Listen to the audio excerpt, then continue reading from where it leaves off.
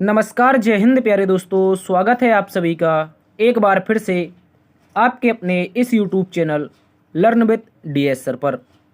साथियों, आज की इस क्लास में हम एक बार फिर आप सभी के लिए लेकर के उपस्थित हो चुके हैं आरपीएफ कांस्टेबल तथा एसआई परीक्षा 2024 के लिए रीजनिंग का एक बेहतरीन सेशन। प्यारे साथियों, आज की इस क्लास में हम रीजनिंग का प्रैक्टिस सेट नंबर 5 डिस्कस करेंगे। यानी कि आरपीएफ कांस्टेबल के लिए जो प्रैक्टिस सेट चलवाए जा रहे हैं उनमें आज हमारा 5वें क्रम का प्रैक्टिस सेट है। और इससे पहले के यदि आपने पिछले 4 सेट नहीं देखे हैं तो आप पिछले सेट को भी जा कर के देखें, जिसमें हमने बहुत ही महत्वपूर्ण तरीके से रीजनिंग को कवर किया है, रीजनिंग को क्वेश्चनों को कराने का प्रयास किया है। साथियों देखिए, बात करते हैं आज की इस क्लास के कुछ प्रश्नों के बारे में। जैसे कि आपके सामने क्वेश्चन नंबर 9, जिसमें लिखा है क्रिकेट, फुटबॉल और हॉकी, इनके बीच सही वेन आरेख क्या बनेगा। इसके अतिरिक्त हम देखेंगे साथियों क्वेश्चन नंबर 6 को, जिसमें लिखा है निम्न में से अगली आकृति क्या होगी। यहाँ पर आपको 4 ऑप्शन मिलेंगे प्रत्येक प्रश्न के। उन ऑप्शन में से छांट करके बताना है कि प्रश्नों का सही उत्तर क्या होगा। चलिए दोस्तों, शुरुआत करते हैं आज की इस क्लास की। सभी का स्वागत है, सभी को गुड इवनिंग। चलिए, पहले प्रश्न में चलने से पहले आपको बता दिया जाए प्यारे दोस्तों, अभी भी अपने चैनल पर ऐसे 60% लोग हैं जिन्होंने चैनल को सब्सक्राइब नहीं किया है, तो प्लीज़ अभी आप इसको सब्सक्राइब कर लीजिए। 40% लोग जिन्होंने चैनल को सब्सक्राइब किया है, आप लोग एक बार से दोस्तों में सेशन को शेयर कर देंगे। अभी तक लाइक नहीं किए हैं तो लाइक कर देंगे, ठीक है। जिन्होंने नहीं किया है उनको याद दिलाने के लिए है कि चैनल सब्सक्राइब जरूर कर लें, ताकि आने वाले भविष्य की वीडियो का अपडेट आपको मिलता रहे।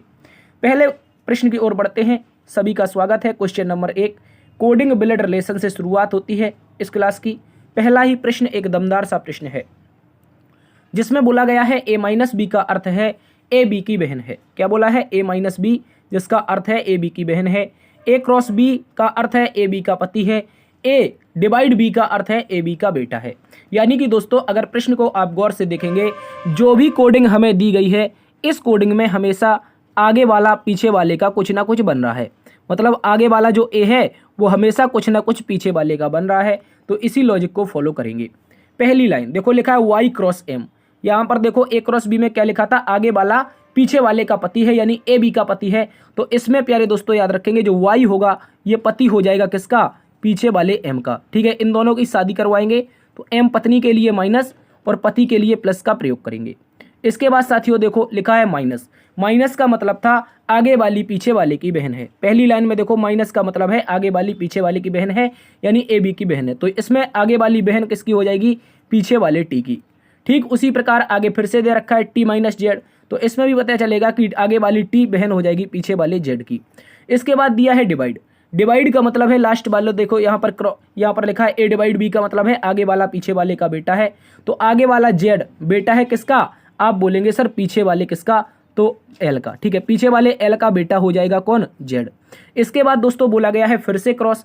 क्रॉस का मतलब आगे वाला पीछे वाले का पति है, तो एल और यू के बीच में क्रॉस है, तो एल पति हो जाएगा किसका? पीछे वाले यू का। इस बात को याद रखेंगे। कुछ इस तरीके से हमारा आरेख आएगा और यू पत्नी हो जाएगी और इसके लिए माइनस लगा देंगे, ठीक है दोस्तों। यहाँ पर हमारा आरेख बन चुका है। अब प्रश्न में पूछा है यू का वाई से क्या संबंध है।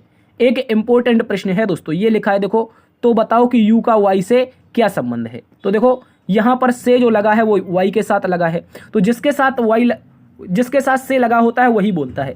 देखो यहाँ पर y ये रहा, ये पति किसका है? m का, और u की बेटी कौन है? m। तो भैया मुझे ये बताओ, अपनी पत्नी की माँ कौन होती है? भैया अपनी पत्नी की माँ क्या होती है? सास होती है। इस बात को याद रखेंगे। क्या होती है? पत्नी की माँ सास होती है। सास दिया गया है विकल्प नंबर 4 में। विकल्प नंबर 4 इसका सही उत्तर है। इस बात को याद रखेंगे, ठीक है साथियों। अगले प्रश्न की ओर चलते हैं। क्वेश्चन नंबर 2 आप सभी के सामने है।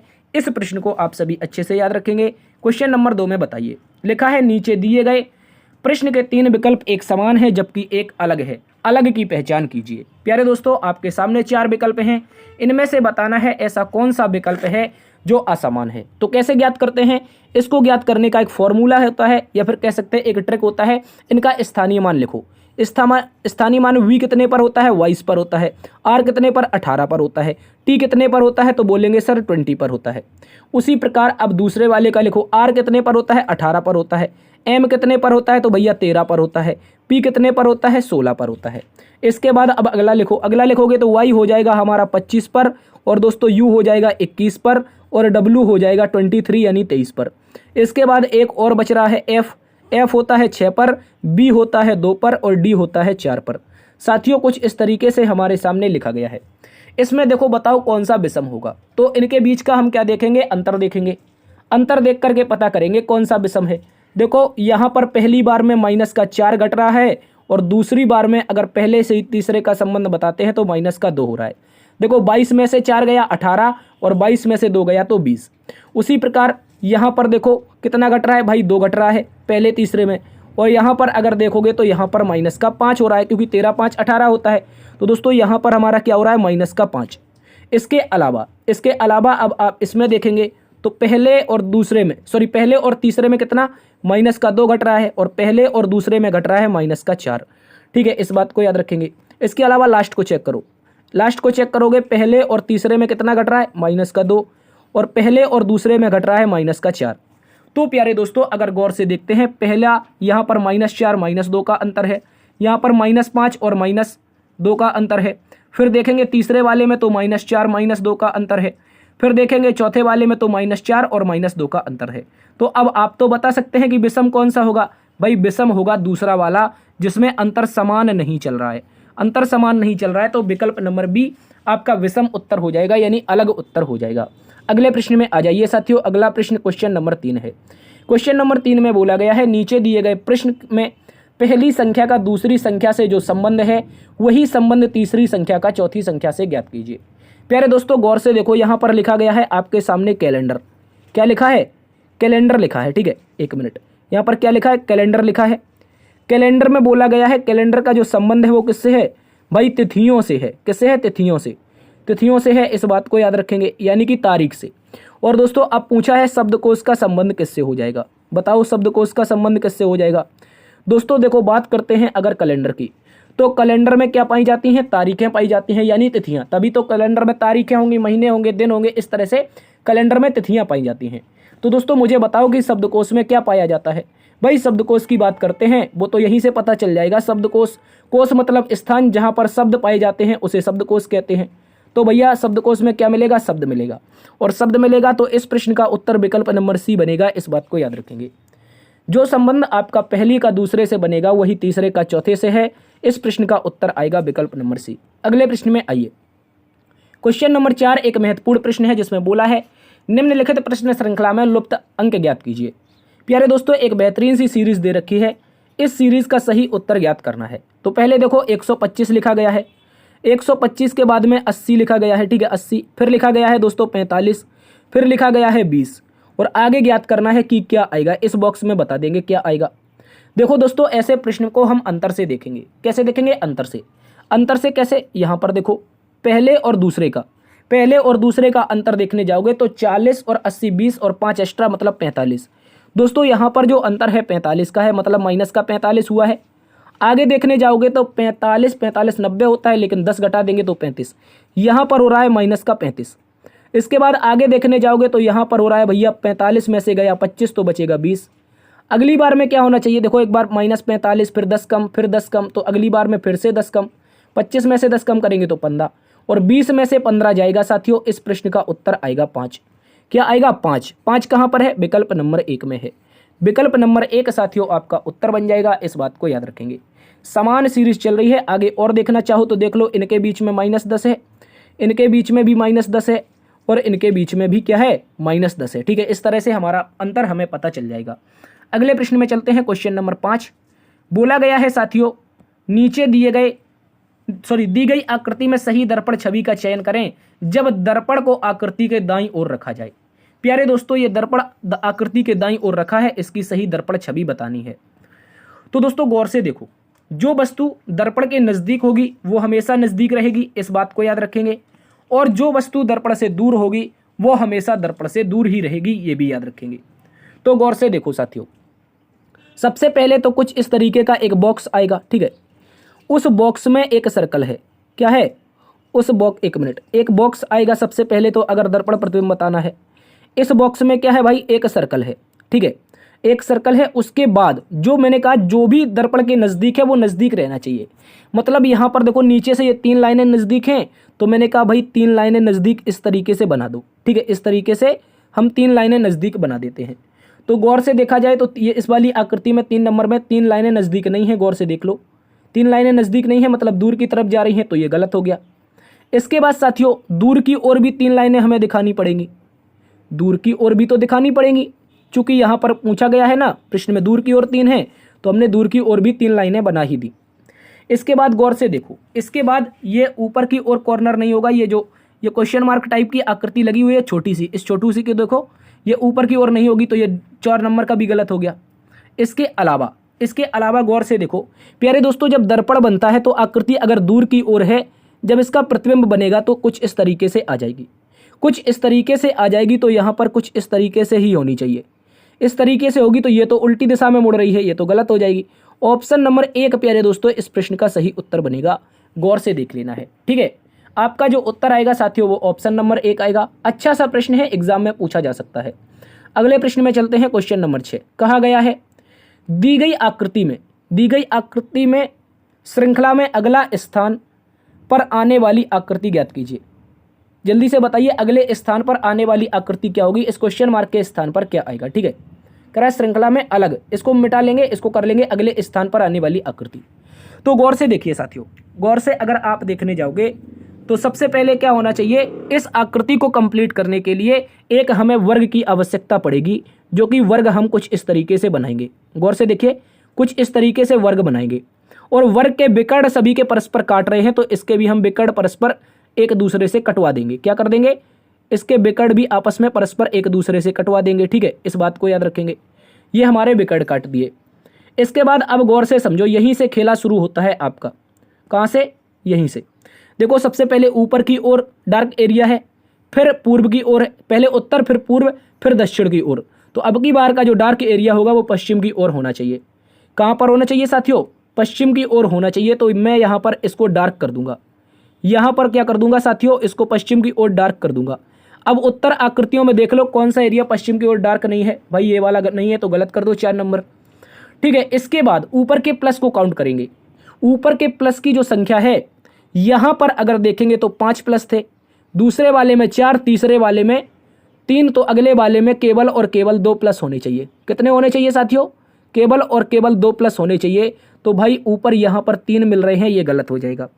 इसके अलावा अब नीचे स्टार की संख्या, पहले 1 स्टार था, फिर 2 स्टार आए, उसके बाद साथियों अब आपके 3 स्टार आ चुके हैं, तो अगली बार में 4 स्टार होने चाहिए। कितने, 4 स्टार। 4 स्टार आएंगे तो कहाँ पर हैं भाई, पहले वाले में तो केवल 2 ही है, तो इसको काट दो। उत्तर बन जाएगा साथियों आप लोगों का विकल्प नंबर 2। क्या बन जाएगा, विकल्प नंबर 2 आपका सही उत्तर है। इस बात को याद रखेंगे, एक इंपॉर्टेंट क्वेश्चन है, यह प्रश्न भी आपसे एग्जाम में पूछा जा सकता है। क्वेश्चन नंबर 7 में चलते हैं। कहा गया है दोस्तों, नीचे दिए गए प्रश्न शब्दों को सार्थक क्रम में व्यवस्थित कीजिए। यहां पर आपके सामने 4-5 शब्द दे रखे हैं, 5 शब्द हैं जिनमें सार्थक क्रम में व्यवस्थित करना है। सबसे पहला शब्द है रोगी, दूसरा है निदान, तीसरा है विधेयक, चौथा है डॉक्टर और 5वां है उपचार। तो प्यारे साथियों गौर से देखो, प्रश्न में क्या होगा ये इसको आपको समझना है। देखो सबसे पहले तो कोई रोगी होगा, सबसे पहले क्या होगा, रोगी होगा। ठीक है, रोगी होगा तो 1 नंबर से शुरुआत होनी चाहिए, 4 नंबर का ऑप्शन गलत है, यानी डी नंबर। ठीक है, रोगी क्या करेगा भैया, रोगी क्या करेगा, रोगी जाएगा डॉक्टर के पास। किसी को रोग हो जाता है तो कहाँ जाते हैं भाई, सीधा डॉक्टर के पास जाते हैं दिखाने।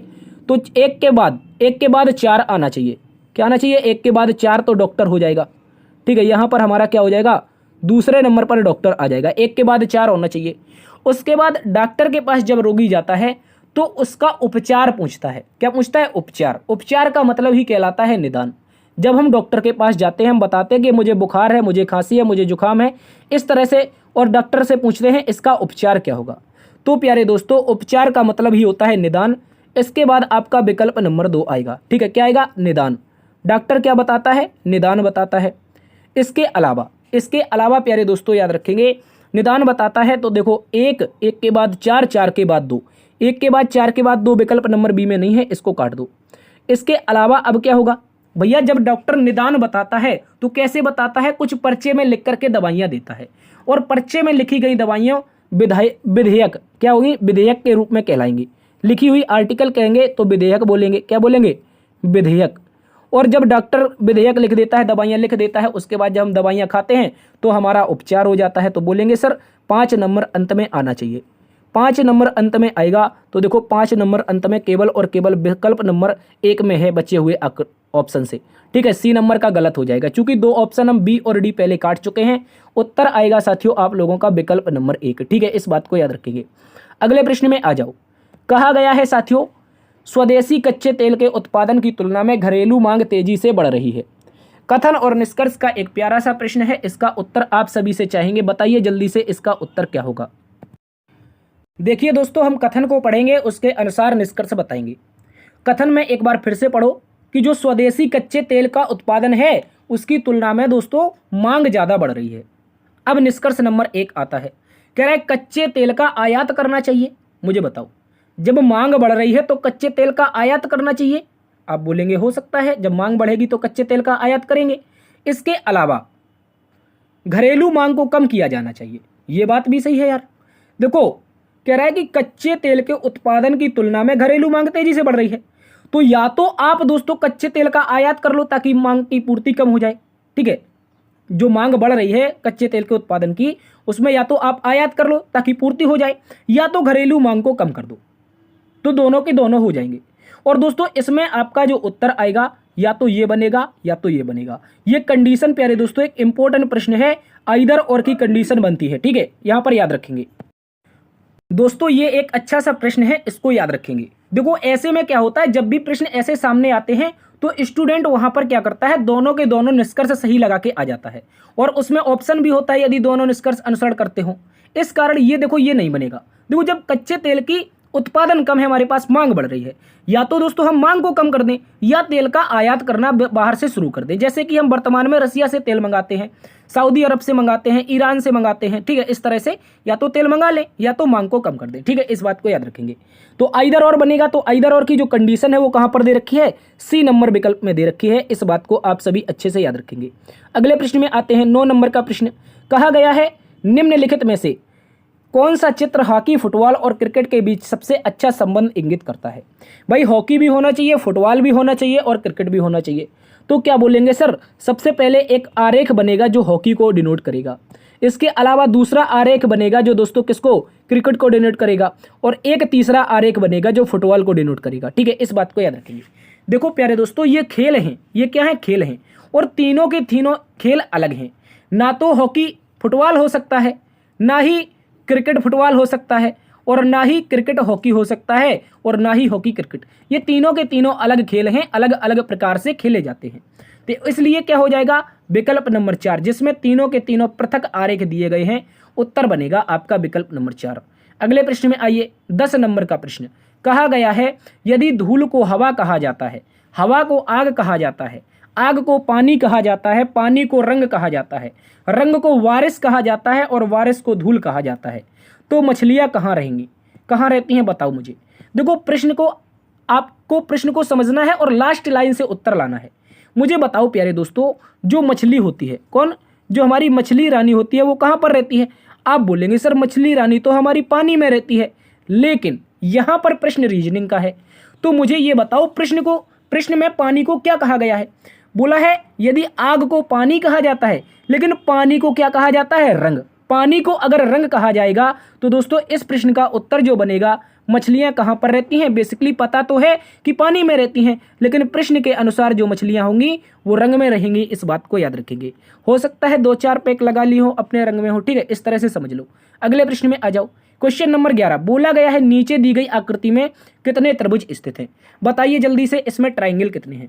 तब तक मैं आपको एक शॉर्ट ट्रिक बता देता हूं। साथियों मुझे ये बताओ यहाँ पर कुल कितने त्रिभुज हैं, यहाँ पर बताओ कितने त्रिभुज हैं। ये जो मैंने आकृति बताई है, आप बोलेंगे सर एक ही त्रिभुज तो दिखाई दे रहा है, क्यों फिरकी ले रहे हो। तो गौर से फिर समझो, अगर मैं कह रहा हूं अगर ये एक त्रिभुज है तो मैंने एक इसमें बीच से लाइन खींच दी, अब बताओ कितने त्रिभुज हैं। आप बोलेंगे सर अभी तो 1 और 2 दिखाई दे रहे हैं, और मैं आपसे कहूंगा आप गलती कर रहे हैं। यहां पर 2 नहीं प्यारे साथियों, 3 त्रिभुज हैं। कैसे, मैंने कहा सर एक त्रिभुज तो ये छोटू सा रहा, और दूसरा त्रिभुज ये वाला रहा, और तीसरा आप भूल गए जो दोनों से मिलकर के बड़ा सा बन रहा है। तो इसके लिए रीजनिंग के विद्वानों के द्वारा एक ट्रिक बनाई गई है। वो ट्रिक क्या है, यहाँ पर एक, यहाँ पर दो, यहाँ पर एक, यहाँ पर दो, जब दोनों को जोड़ देते हैं 1 + 2 कर देते हैं दोस्तों, तो इसमें टोटल 3 त्रिभुजों की संख्या कितनी आएगी, 3 आएगी। जब भी ऐसी आकृति आए, याद रखना है इसी लॉजिक के साथ सॉल्व करेंगे। और प्रश्न में ऐसी ही आकृति दी गई है, बशर्ते यहाँ पर एक शीर्ष से इसके आधार अलग अलग हैं और रेखाएं जो खींची गई हैं उनकी संख्या ज्यादा है। जैसे मैं कह दूं ये त्रिभुज रहा, उसमें 1 2 3, देखो शीर्ष भी एक है और आधार भी एक है, तो इस तरह से हम निकाल लेते हैं। अब गौर से समझो, अब गौर से समझो, यहाँ पर देखो गौर से क्या करेंगे, यहाँ पर देखो एक ये त्रिभुज है, ये त्रिभुज है, और यहाँ पर आधार, आधार अगर देखने जाओगे तो पहला आधार ये रहा, दूसरा आधार ये रहा, तीसरा आधार ये रहा। गौर से देख लो प्यारे दोस्तों, पहला त्रिभुज ये बड़ा वाला, सबसे नीचे के आधार से देखेंगे, सबसे नीचे के आधार से देखेंगे तो नंबर देंगे 1 नंबर, 2 नंबर, 3 नंबर और 4 नंबर। ठीक है, मैंने कहा अगर इनको जोड़ करके 3 निकाल सकते हैं तो इनको भी जोड़ करके तो सारे के सारे निकाल सकते हैं। जैसे मैं कह दूं शीर्ष तो एक ही है, शीर्ष तो ये ऊपर वाला है, आधार नीचे वाला है, तो 1 + 2 + 3 + 4 सभी को जोड़ो, 6 4 10। आप बोलेंगे 4 3 7 2 9 1 10, सीधा बोल देते हैं 10। तो एक आकृति से अगर 10 मिलेंगे तो यहाँ भी 1 2 3 और 4 हो जाएंगे, तो इसमें भी साथियों 10 मिलेंगे, यहाँ भी 1 2 3 और 4 हो जाएंगे, तो साथियों इसमें भी हमें 10 मिलेंगे। और 10 10 के 3 पेयर मिले हैं, तो 10 × 3 = 10 × 30, कितना हो जाएगा 30। और साथियों इस प्रश्न का जो उत्तर आएगा वो विकल्प नंबर 1, जहां पर दिया गया है इस आकृति में कुल 30 त्रिभुज स्थित हैं। ऐसी आकृति जब भी आती है इसी माध्यम से आप लोग सॉल्व करेंगे। एक इंपॉर्टेंट क्वेश्चन है आपके एग्जाम के लिए। ठीक है दोस्तों, आज की क्लास को यहीं पर समाप्त करते हैं। एक बार फिर से आपको जानकारी दे दें प्यारे दोस्तों, अभी भी 60% अपने ऐसे साथी हैं जो क्लास तो देखते हैं लेकिन चैनल को सब्सक्राइब नहीं किया है। तो आपसे निवेदन है, सब्सक्राइब करने का कोई पैसा चार्ज नहीं है, एक लाइक करना, एक सब्सक्राइब करना, केवल कुछ ही सेकंड का काम है, उंगली रखना है केवल। तो प्लीज इसको सब्सक्राइब कर दीजिए।